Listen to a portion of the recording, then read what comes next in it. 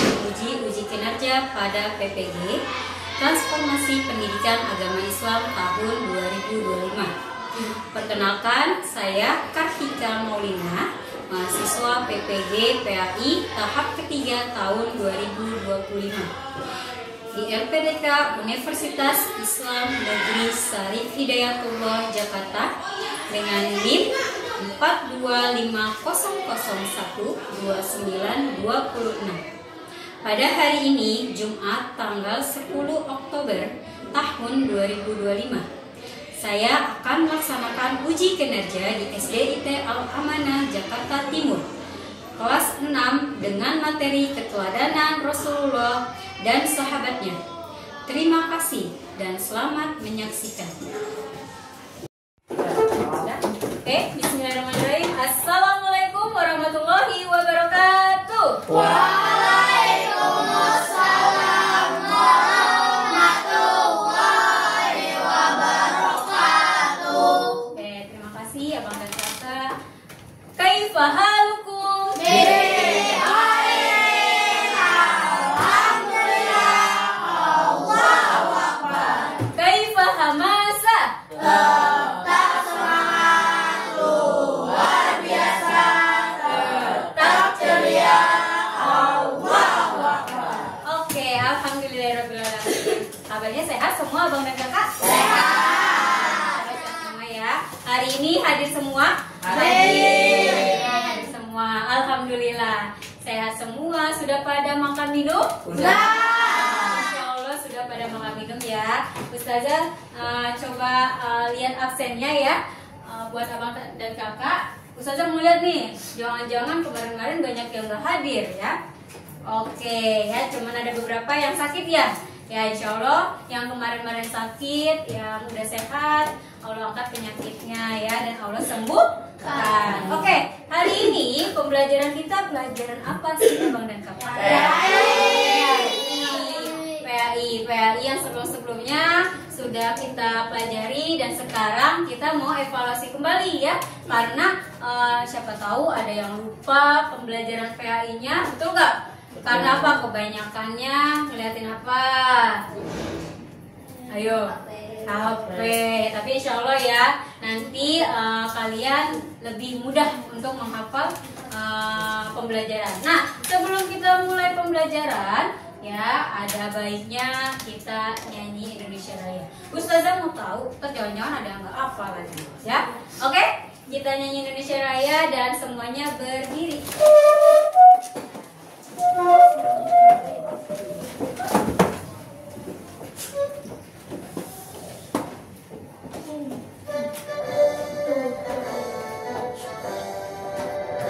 Indonesia, tanah airku, tanah tumpah darahku. Di sanalah aku berdiri, jadi pandu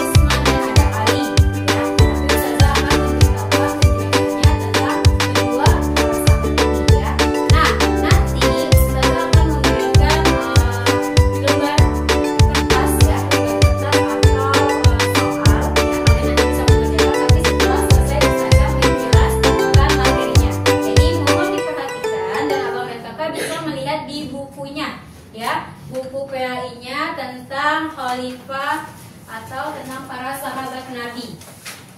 Sudah? Sudah bisa dibuka? Ya.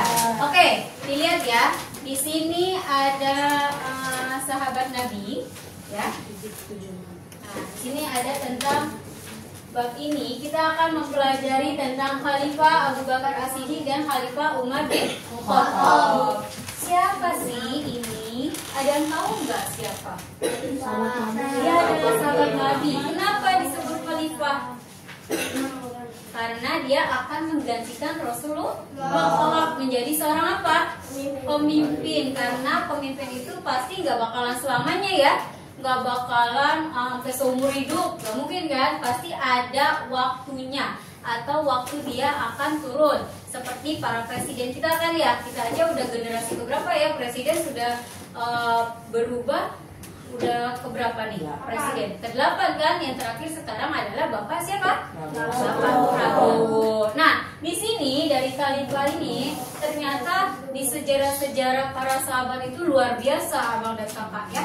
Kenapa Us? Karena kalau kita flashback ke sebelumnya ya, kalau melihat terjadi ya sejarah-sejarah tentang Khalifah Abu Bakar atau Umar, ternyata mereka punya ceritanya tersendiri.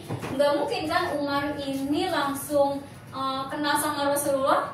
Nggak mungkin kan Umar ini langsung jadi sahabat Rasulullah? Pasti ada cerita di balik itu. Bahkan ceritanya Umar itu lebih menyeramkan ya.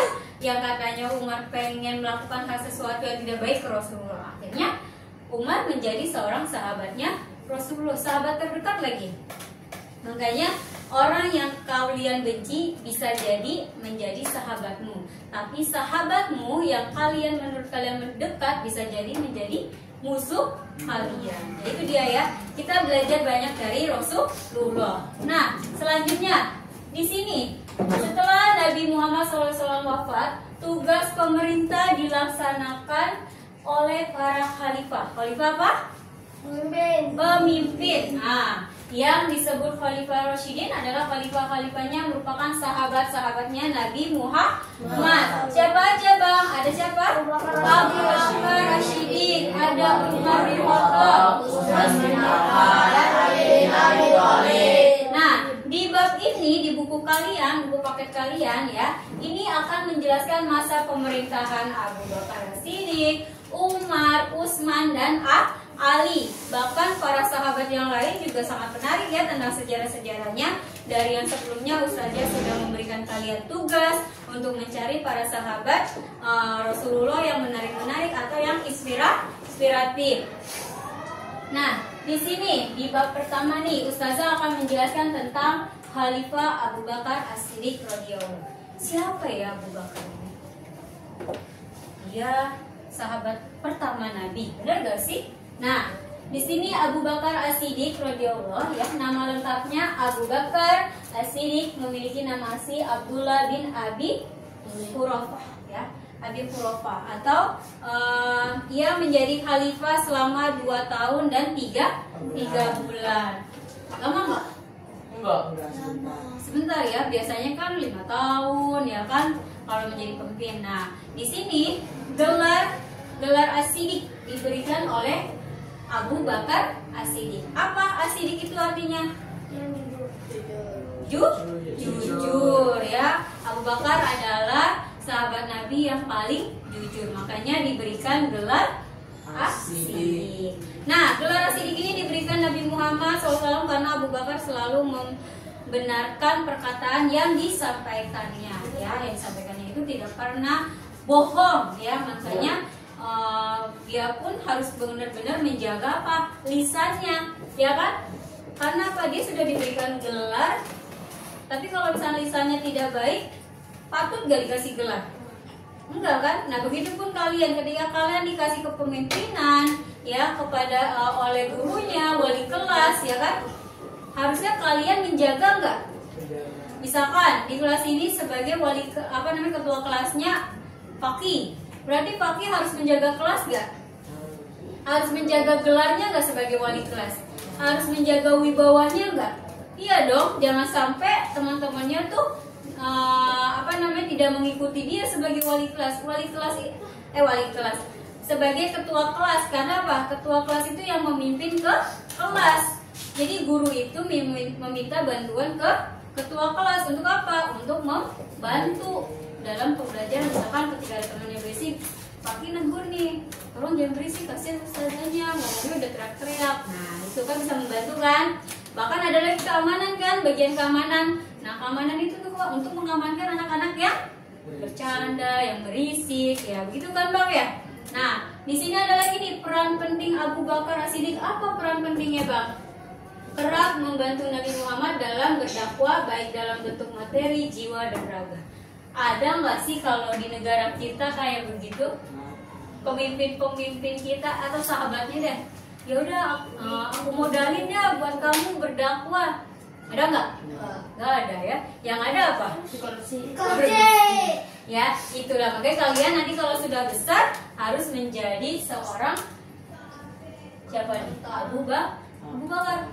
Jangan menjadi orang yang tidak baik. Berikanlah contoh terbaik. Misalkan kalian, aku mau jadi seperti Abu Bakar.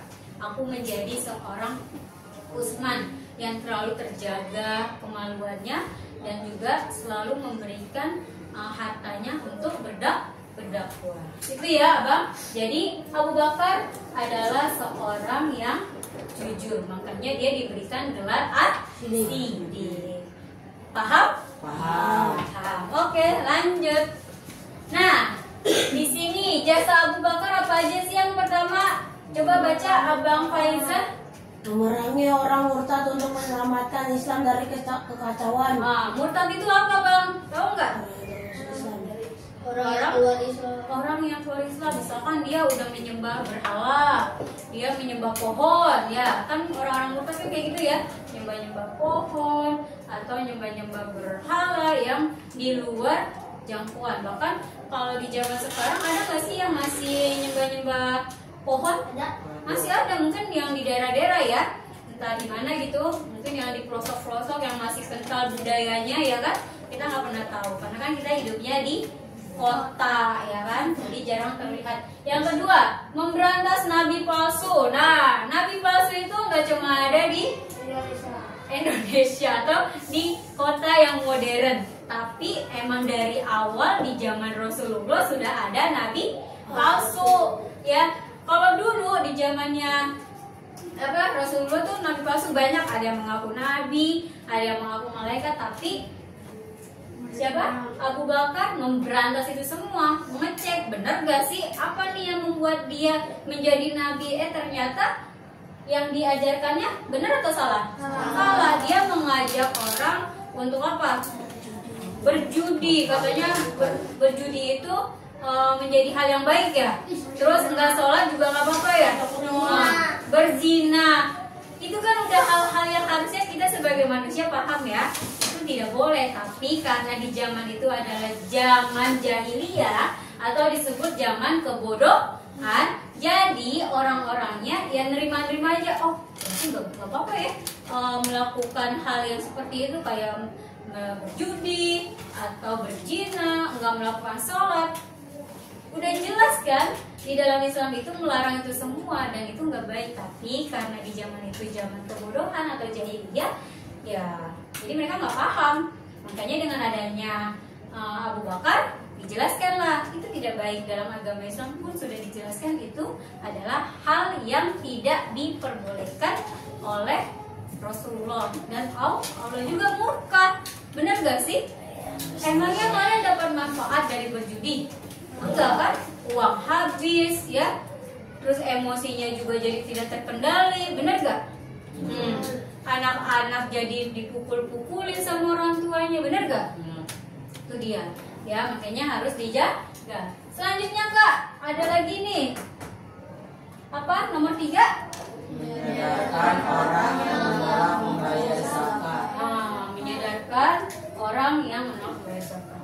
Dia kaya, dia punya harta berjibun ya Abang Faiza, tapi dia nggak mau berzakat ya, dia nggak mau sedekah karena menurut dia ngapain zakat, ngapain sedekah, uangnya buat orang, saya aja nyari duit susah ya.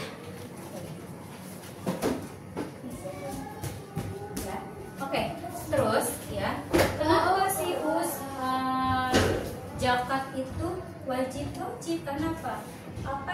kalian punya, ya, harta yang kalian miliki itu adalah ada apa? Ada hak orang lain atau hak untuk orang yang tidak mampu atau hak untuk anak ya yatim. Makanya biasanya dalam perhitungan zakat ya ada zakat profesi, zakat apalagi misalkan kalian gajian itu harus kena potongan 2%. Jadi 2%-nya itu kalian sedekahkan atau kalian zakatkan kepada misalkan saudara kalian.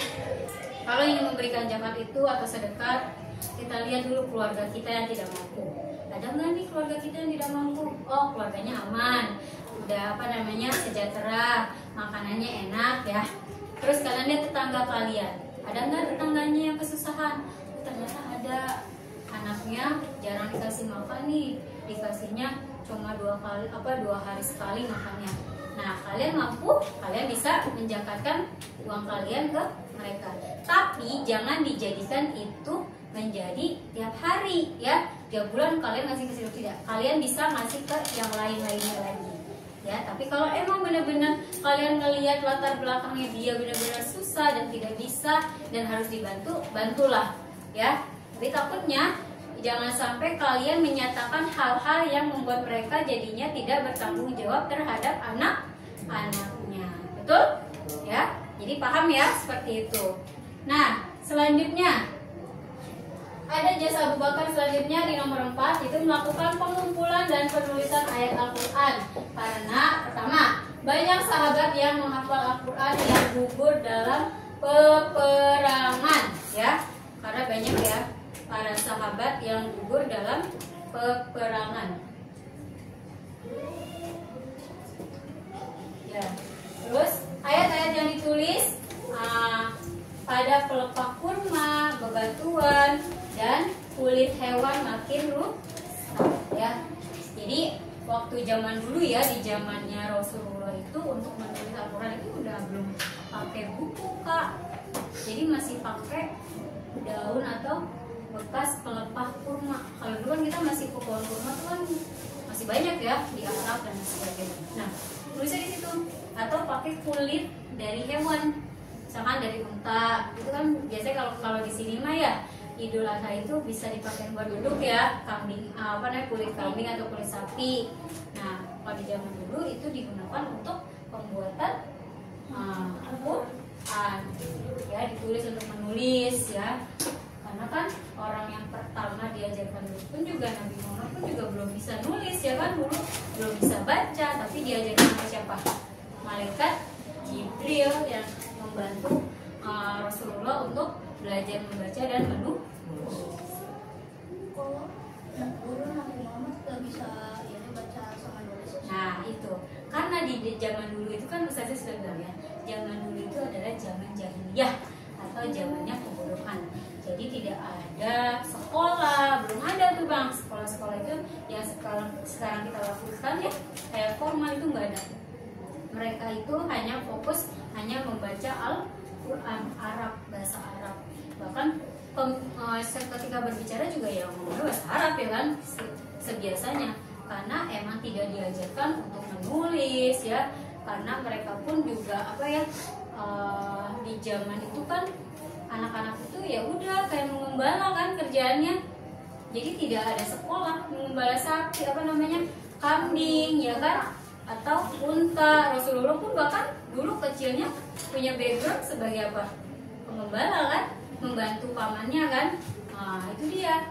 Nah, jadi emang tidak ada, makanya Rasulullah dibantu oleh siapa? Malaikat Jibril untuk belajar membaca. Jadi malaikat Jibril datang dulu untuk menyerahkan, untuk memberikan bacaan, membantu Rasulullah karena diutus oleh Allah.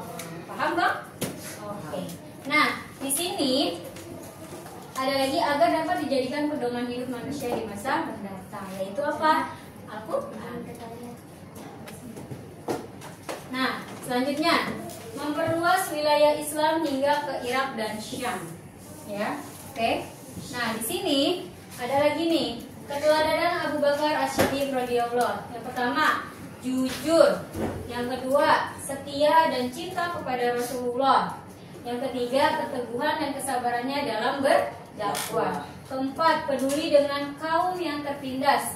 Kelima, hidup sederhana. Enam, bertanggung jawab dan suka bermusyawarah. Itu adalah keteladanan Abu Bakar As-Siddiq. Jadi patut gak jadi contoh? Patut. Karena ini adalah yang akan membawa kita ke masa depan.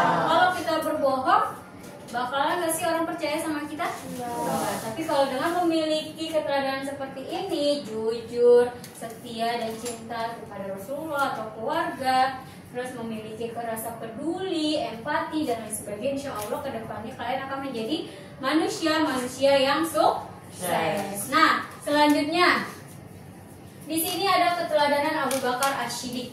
Ya, Abu Bakar As-Siddiq itu siapa? Ya, itu ya sahabat Rasulullah. Ya, tadi kan Abu Bakar, yang ini adalah Umar bin Khattab yang kedua. Umar bin Khattab ini memiliki nama yaitu Umar bin Khattab radhiyallahu anhu, adalah sahabat Nabi Muhammad. Beliau masuk Islam. Nah, Umar bin Khattab masuk Islam pada tahun ke-6 kenabian setelah mendengar adiknya membaca Al-Quran.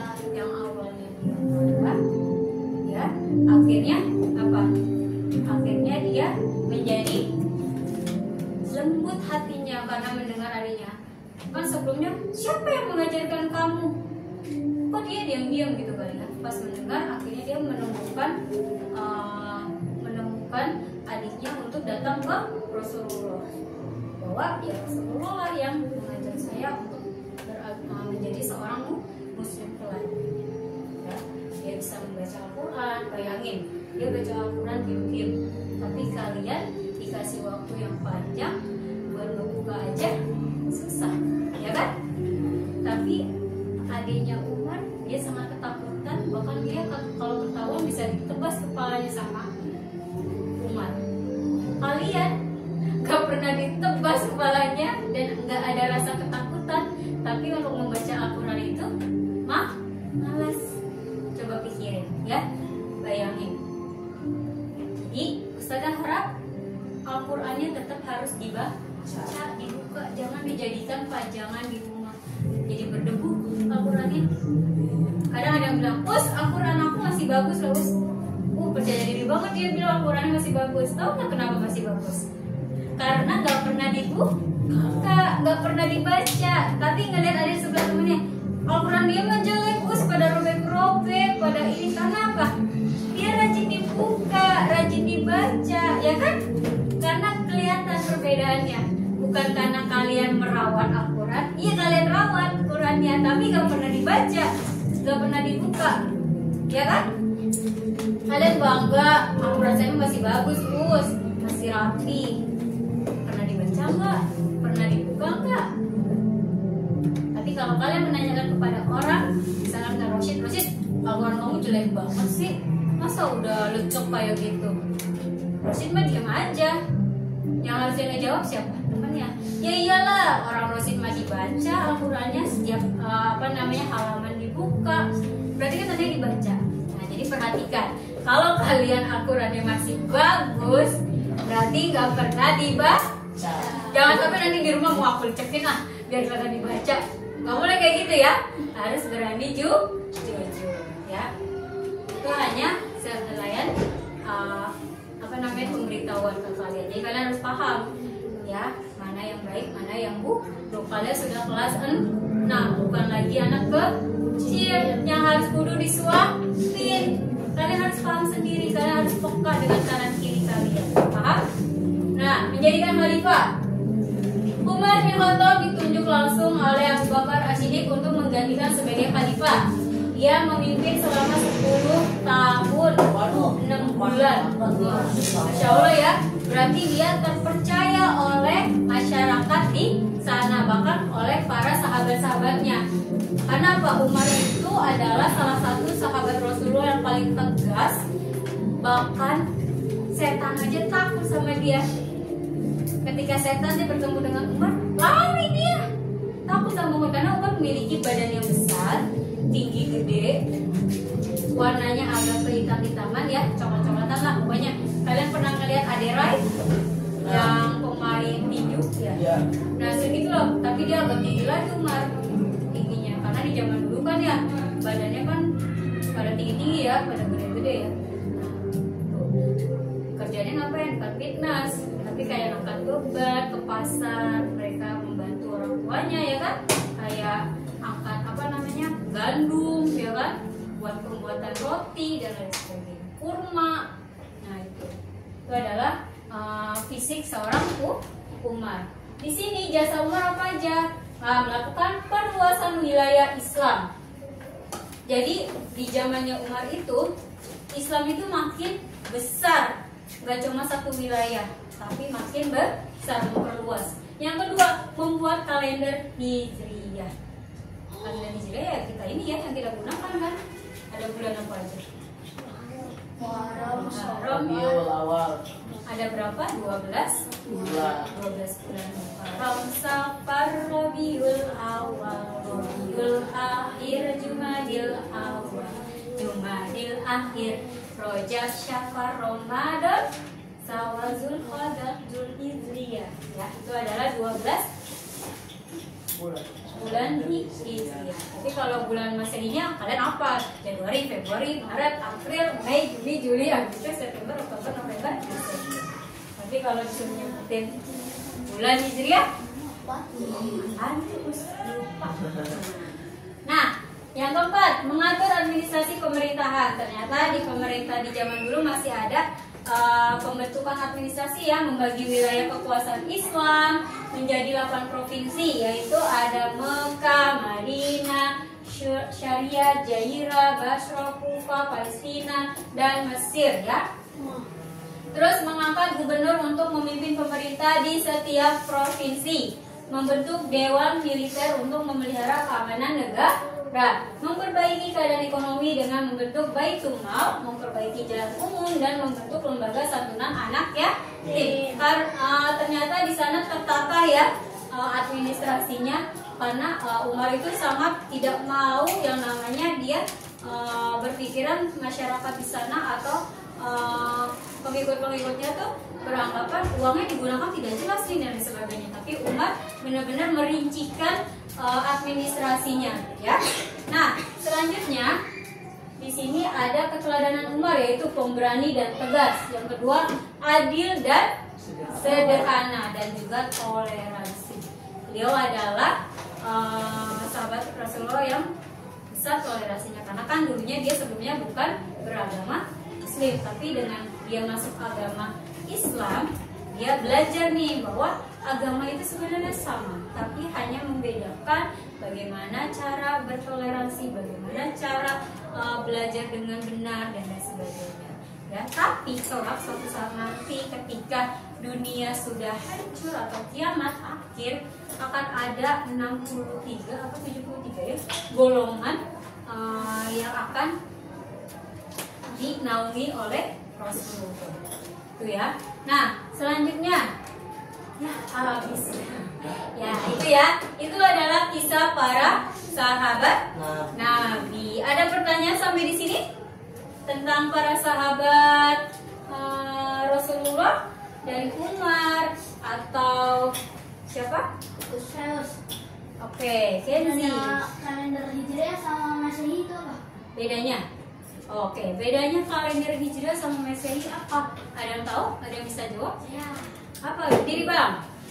Apa bedanya Bang? Kalender Masehi dan Kalau kalender Hijriah hitungnya pakai bulan. Kalau kalender Masehi Berdasarkan peredaran matahari. iya betul. Jadi kalau zaman dulu kan masih belum ada ya kalender yang kayak kita punya tuh. Nah, dulu tuh untuk mengingatkan sholat aja kita masih ngelihat matahari, kayak zuhur, berarti ini panasnya sudah mentereng nih, udah naik nih. Terus jam berapa itu ya, jam mau asar. Nah, kalau sekarang dengan adanya apa tadi yang dijelaskan oleh Umar, jadi lebih gampang perhitungannya karena sudah ada. Begitu Bang Kenji, paham? Paham. Ada lagi pertanyaan? Potongnya dari mana? Berdiri Bang. Udahnya Umar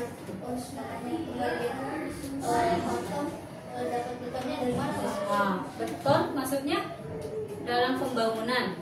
Nah, biasanya kalau di zaman dulu kan emang rumah-rumah atau pembentukan itu kan bukan dari kayu ya, atau biasanya ada yang menggunakan pelepah dari kurma. Nah, biasanya itu dari gunung ngambil atau dari gua-gua, ya kan? Nah, itu bisa diambil dari sana karena kan luas ya, nggak cuma hanya sekedar ya kita aja pun kalau misalkan mau bikin rumah kalau di kampung bisa ngambil dari hutan, ya kan? Bisa kita buat dengan sebaik mungkin ya. Jadi bisa dari mana aja, Bang? Ada lagi pertanyaan? Tidak ada, cukup? Oke, selanjutnya Ustazah akan membagikan lembar kerja peserta ini. Ya, di sini, ya, lembar kerja di sini kalian bisa kerjakan, ya, bisa kerjakan dan sendiri ya, tidak boleh benar-benar. Ini adalah tentang pelajaran yang tadi kita sudah pelajari. Jadi kalian silakan isi dan diberikan nama, itu ada namanya ya. Di lembar soalnya akan dikerjakan.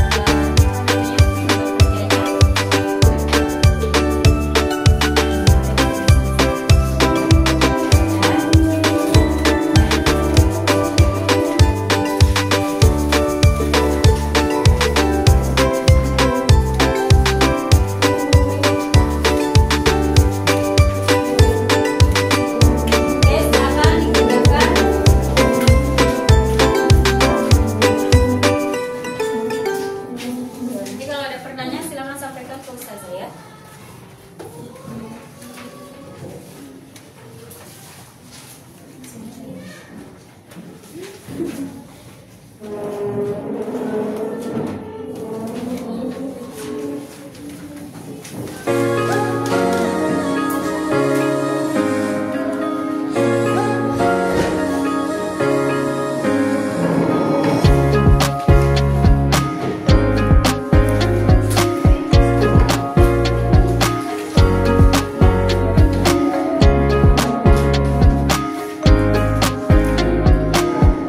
Oke, udah selesai ya? Ya, udah selesai. Nanti itu dikumpulkan, kalian taruh dulu ya. Oke, setelah itu ya, karena pembelajaran kita sudah selesai, sudah habis, kita tutup dulu pembelajaran hari ini ya, abang dan kakak. Terima kasih untuk hari ini ya, kita tutup dengan membaca hamdalah.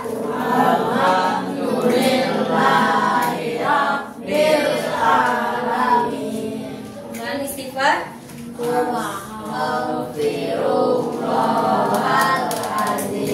Dan doa kafatul majelis. Semoga